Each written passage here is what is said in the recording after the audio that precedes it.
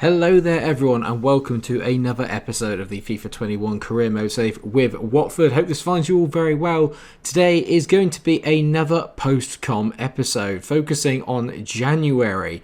We've got a lot of big fixtures coming up, including home ties with Leicester and with Crystal Palace, as well as away trips to London to take on Spurs and Chelsea. I've just realised that it's not an away trip to London because technically Watford are a London club, but you see what I mean. There will also be an FA Cup 4th round tie as well.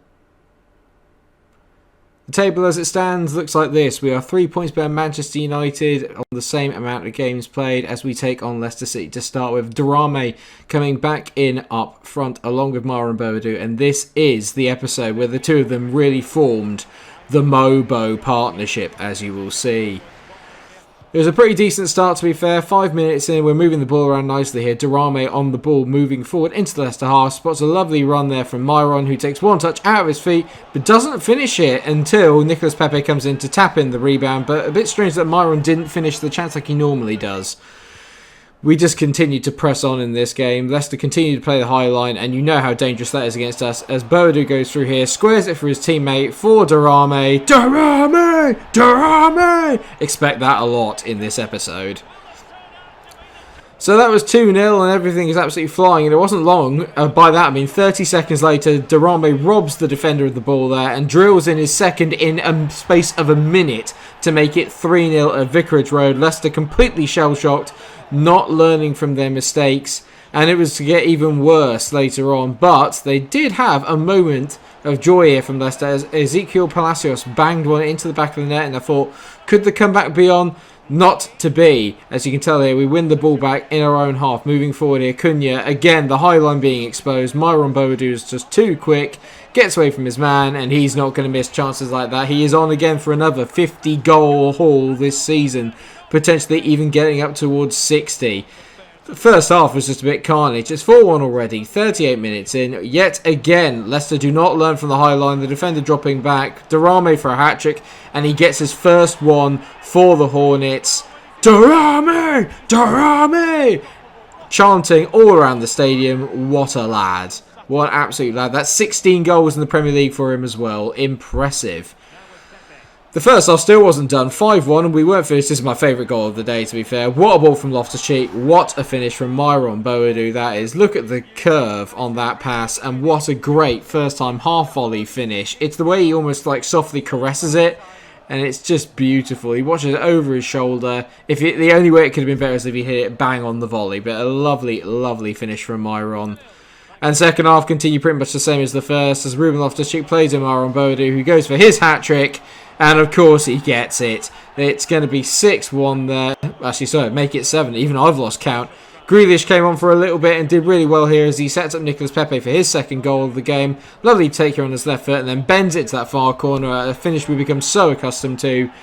But he was not done there either. As you can tell there, Grealish into Durame. Durame finding Pepe again. He's in over the top, round the back on his wrong foot. And that's right, guys. 3 individual hat-tricks in one game. We beat Leicester 9-1. Incredibly impressive. And we send out a statement to Manchester United. But then the hard games are coming up now as we travel away to the new White Hart Lane to take on Spurs. I mean, look at it. It does look a little bit like a toilet bowl, to be fair. They made a decent start, to be fair. The game was very tight, very frenetic, but we did manage to carve out a few chances. Camavinga here breaking nicely, plays a good ball into Durame. Obviously, the man banging form at the moment. Goes for a near-post finish, but it's a decent save by Nick Pope. And unfortunately, Pope was having a very good game because he stops a brilliant save there from Cunha. I expected that one to go in on Cunha's favoured left foot. Not to be. And at half-time, 0-0, wondering where the goal was going to come from. But fortunately, we win the ball back high at the pitch. MikeRo finds his partner in crime, Mo Durame. He could square it back, but he is a man in confidence right now. Durame! Durame! So damn good. It's a brilliant finish. It was never in doubt. Spurs done on the counter from the high press. And even though they pressed for an equaliser, it was not to be. And we secured a massive 1-0 win away from home. And the reason it's massive is also because Manchester United ended up dropping points to Everton at home, drawing 2-2. And that took us back into the game against Chelsea at Vicarage Road in high spirits. as we went in search of another win. Boadu on the ball here. Same partnership. Durame in again. Can he go near post? You bet he can. I finally hit a near post finish. Durame makes it 1-0 again. He's becoming a scorer of big goals in big games, and most of the assists are coming from Myron. The MoBo partnership is absolutely unbelievable right now. Look at this for a finish. He drills it and hits it straight, true as an arrow. Mo Durame with 18 goals for the season. Unbelievable. The game was pretty tight and pretty frenetic all the way through, but Chelsea didn't really offer that much. And Durame here getting an assist to go with it as he teases Jack Grealish, who's had a very poor season by his standards, but has finally got off the mark. His first goal of the season in a very big game against Chelsea to give us a 2-0 win against another sort of semi-title rival, although it really is just between us and United now, let's be fair. But like I said, one goal for Jack Grealish over the course of the season is not really good enough. Hopefully, he'll get better as the season goes on. We're going to need him if we're going to be fighting on all three fronts.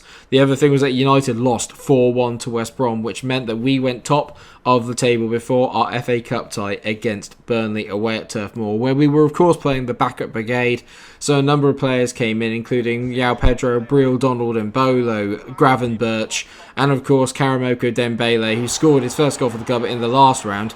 And as always at Turf Moor, it's never an easy game, but this doesn't help. I mean, it's a brilliant hit, but how it's not offside, I don't know.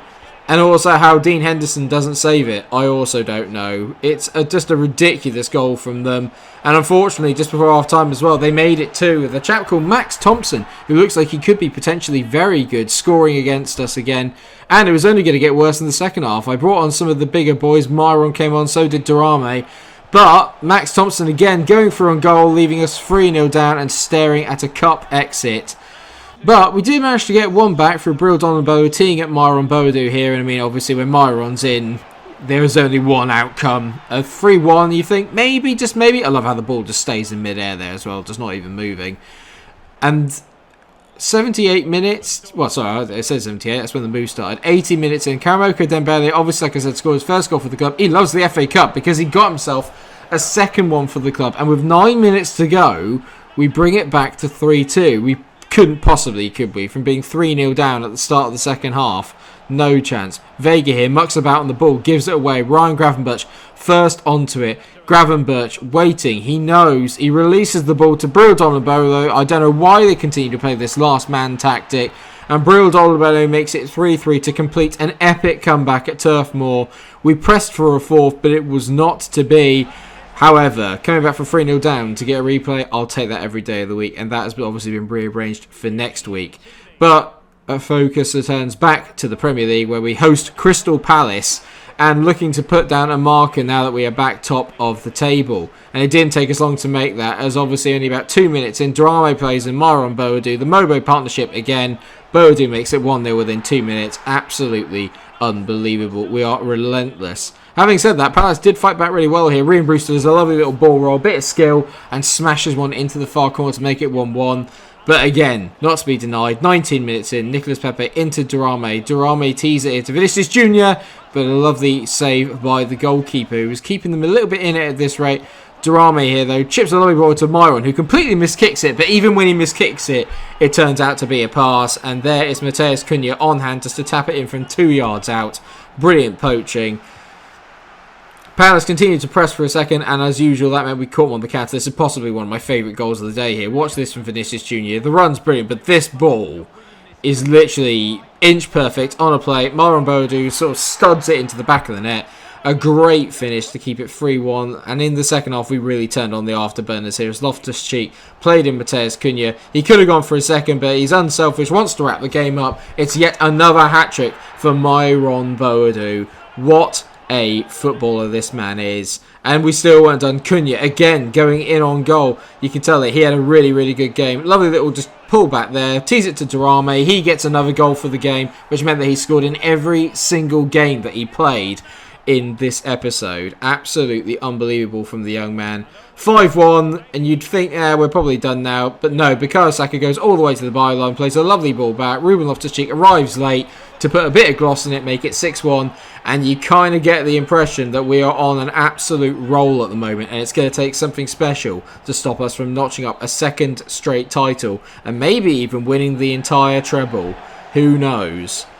Obviously, we absolutely dominated that game. Palace did well in the first half, but we blew them away, and that has left us, like I said, top of the table, and that's where the episode is going to finish. Next time, we'll come back with live games, so we're going to have the replay against Burnley, as well as a trip away to Anfield, which looks potentially very tricky, before hosting Manchester United in what is arguably the biggest game of the season domestically. And you can tell after that, we've got a trip to the Bernabeu to take on Real Madrid in the Champions League. That'll be in the episode after. I can't wait to get back to live commentary. I hope that you guys are all excited for it. Thank you so much for watching this episode of the FIFA 21 career mode. I hope you've enjoyed it. Of course, if you have, then please do drop a like on the video.